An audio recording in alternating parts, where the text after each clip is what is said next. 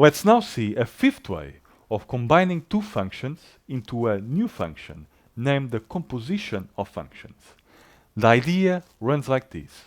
We start with the two functions, so let's call it the function which acts on f. So the function f acts on x and gives us the output f of x. And we have also a second function whose independent variable is y. Well, g, now the recipe g acts on y, giving us f of g of y. Okay? So the idea now, let's make the independent variable of g of the second function as the dependent variable of the first by making this thing equal. So remember, g, so the independent variable is up to you to choose. And so let's make this special choice that y is now the number f of x. Okay? Of course, f of x in turn depends upon the x. Okay? So as all, the function here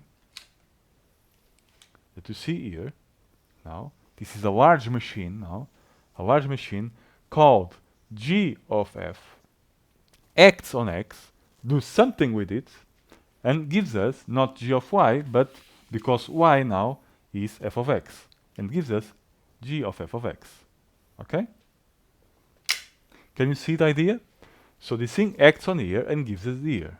How does it work? Well, it's written here.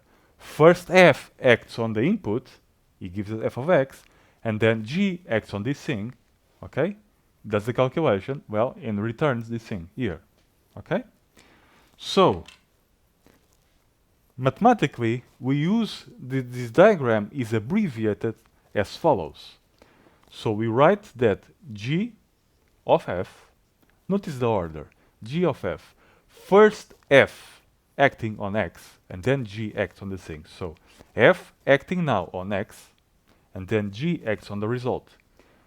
So this thing here, this symbol for the variable, okay, is an abbreviation for g of f of x. Okay? So this is a symbol for the new procedure, the box acting on some x. So the box acting on x gives us this thing.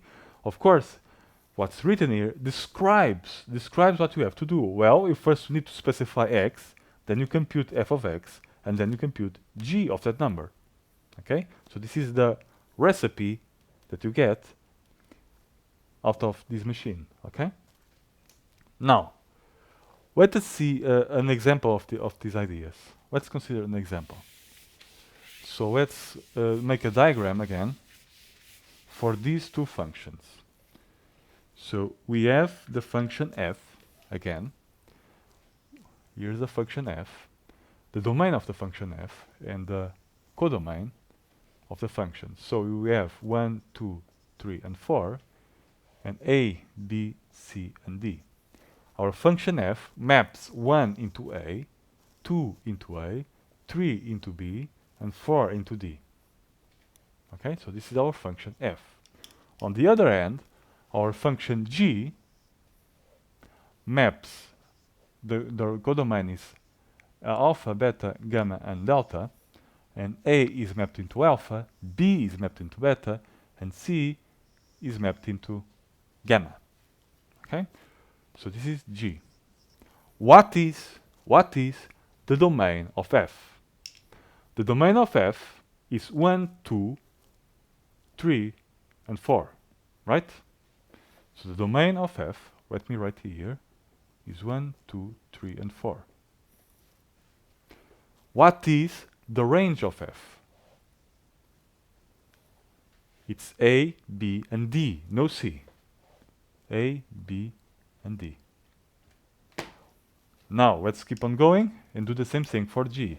It's good to know the functions. I know I wrote the diagram, but let's analyze the diagram and make it clear what are these sets, because they are very important for what we are going to do next. What is the domain of g? The domain of g must be, well, only a, b, and c have a destination. So only those. So a, b, and c. And finally, what is the range of G? The range of G, well, it's alpha, beta, and gamma, right? Beta and gamma. Now, let me write now explicitly the action of G of f on each x here, okay? So let me write it. So the first one, let me just put where you see here x, let's put 1, here's 1. So what is f of 1? Well, f of 1 is the image of 1, which is a, so this thing is G of a, but what is G of a? Well, it's alpha. Now we repeat the same thing for 2, which is G of f of 2, but what is f of 2? Well, it's the image of 2, so it's again a, so it's G of a, which is again alpha. What G of f is when it acts when on 3, well, is G of f of 3. What is f of 3? Well, it's b, so we have G of b, but you can see that the image of b under G is beta.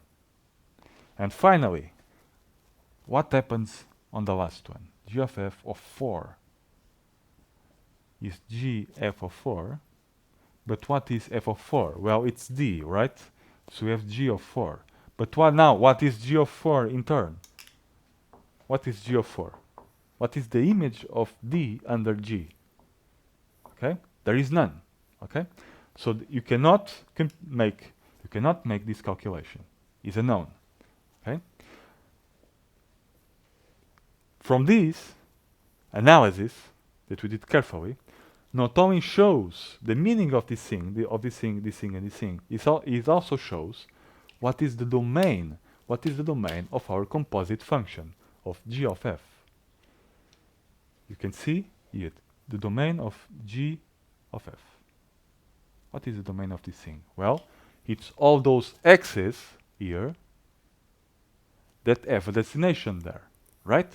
But what are those? Well, 1 is mapped into A, is mapped into alpha, the first line.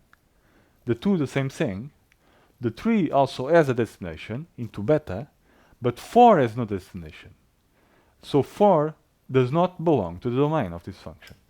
So it's 1, 2, and 3. Okay? And by the way, what is the image of this set under G of f? So in other words, what is the range?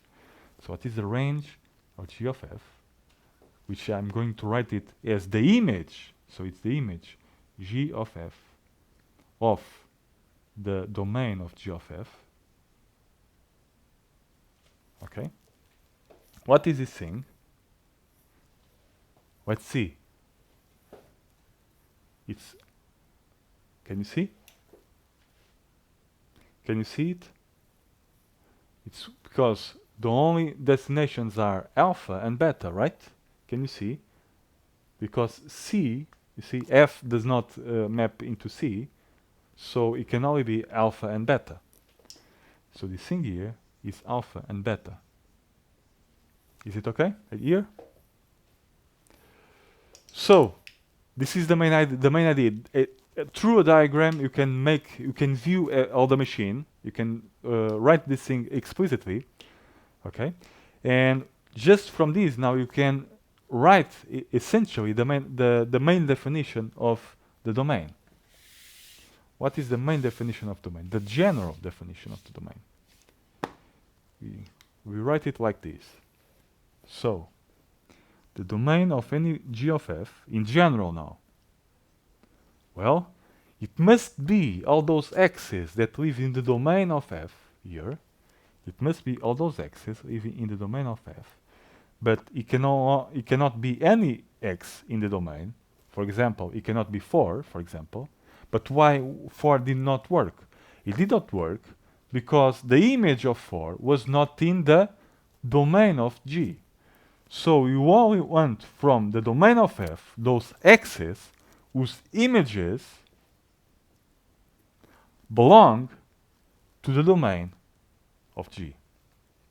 And that is what we computed here, intuitively. Now I'm writing it in exactly mathematical way, okay? This is general now. And let's put it into practice, okay? By doing some examples.